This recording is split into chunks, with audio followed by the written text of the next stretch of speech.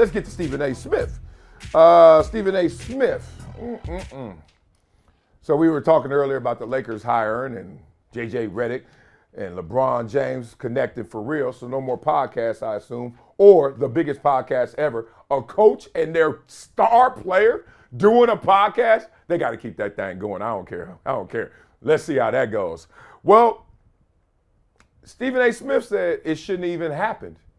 I don't care how it goes because this was wrong.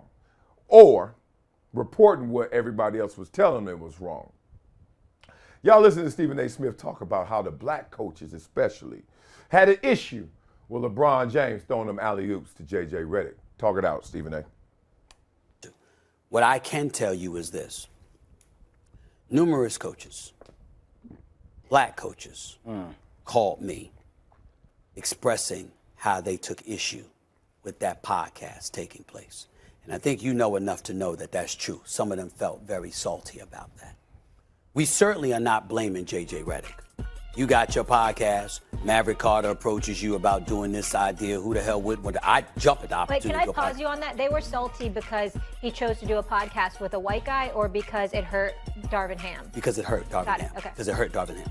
So any of us would do a podcast with LeBron James. Anybody who says otherwise, that they wouldn't do a podcast with LeBron James is lying through their damn teeth. I know I would. I know you would. I know Wendy would. I know anybody would. That would be an honor for us because he's one of the greatest who have ever played and he's a basketball savant. So we're not faulting JJ in any way for doing the podcast or for the content on the podcast with LeBron James. But at some point in time, we do have to do this, Jay. As I said to Wendy last week, we have to remember the things that we've said about LeBron James as it pertains to his brilliance, as it pertains to controlling a narrative, as it pertains to being 2, 3, 5 steps ahead of others in terms of what you're plotting and what you're planning and what have you. And then that'll raise an antenna. We knew before the podcast ever started that Darvin Ham was on a hot seat. We knew this. Now, in fairness to LeBron James, when the news came out, hell, we celebrated it right here on this show. Oh, it's going to be great. It's mind the game. They're talking the game. I mean, they're talking basketball. This is fantastic. I mean, J.J. Redick's a brilliant basketball mind. LeBron James, we know what he is. No problem. But as the podcast gained steam, and then the spotlight became more magnifying for Darvin Ham, and then you saw an Anthony Davis after game 2 against Denver talk about how lost and, you know, we just weren't on the same. We got the point. We feel you, big dog. We feel you. We know what's happening. Then it starts snowballing. Man, here's what I feel about that. Tough luck. Like, to do a podcast, to do a show, to do what they're doing, you don't just wake up on Wednesday and you're doing it Thursday. You know what I mean?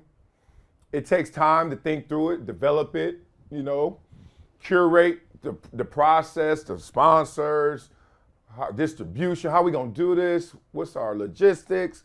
Like, you just don't wake up and say, I'm gonna do it. You wake up one day and say, let's do it, but now we gotta figure out how to do it, right?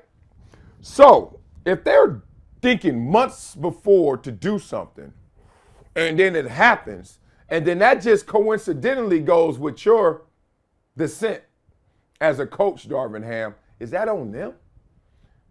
And if you balling or we balling and you coaching your ass off and we doing a podcast, what can we say about you? Are we undermining you? So this is what's so crazy about sports.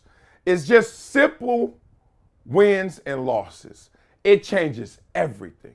Like they always say, the beer is colder, the steak is juicier, etc. If you winning, everything you do is looked at in a positive light connotation. If you losing, everything you do is looked at in a negative light and connotation. And it's really that simple. It could be the same thing.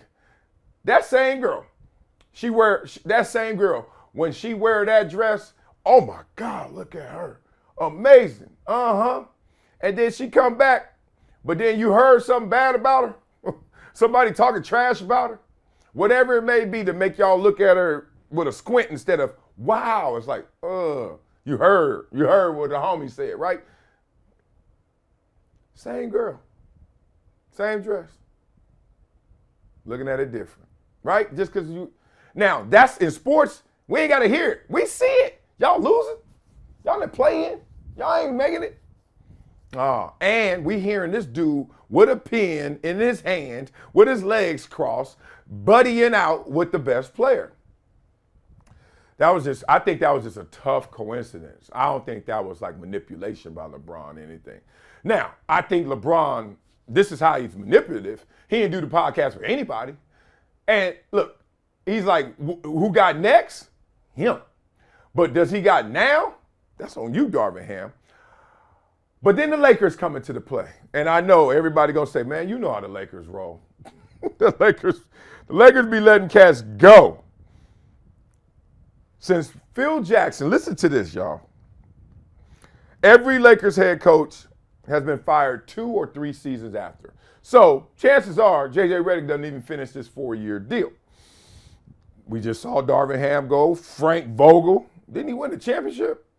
And then the next year they were like, in the season too. Luke Walton, peace. Byron Scott, gotta go. We treat our own the same as anybody else. Oh well. Mike D'Antoni, Mike Brown, he was coach of the year before he got there. Got there, man, get out of here. You ain't coaching this year. Not to the fullest. Got rid of him after, 5 games. So people see that. That's a job that you're gonna get qualified in quicksand. It's gonna end pretty quick. So one other pushback I got about that is black coaches got a problem with it. And I know Stephen A ain't gonna out no coaches, especially black coaches. But some things, as my coach used to tell me, gotta have sources with names and numbers. Like he said, if you got something bad to say, something gonna blow up the spot, something negative, say it.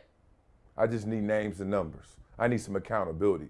Can't be hide behind the anonymous, oh, I'm a black coach. Because now, one, it ain't that many black coaches. I mean, it's assistants, yeah, they out there.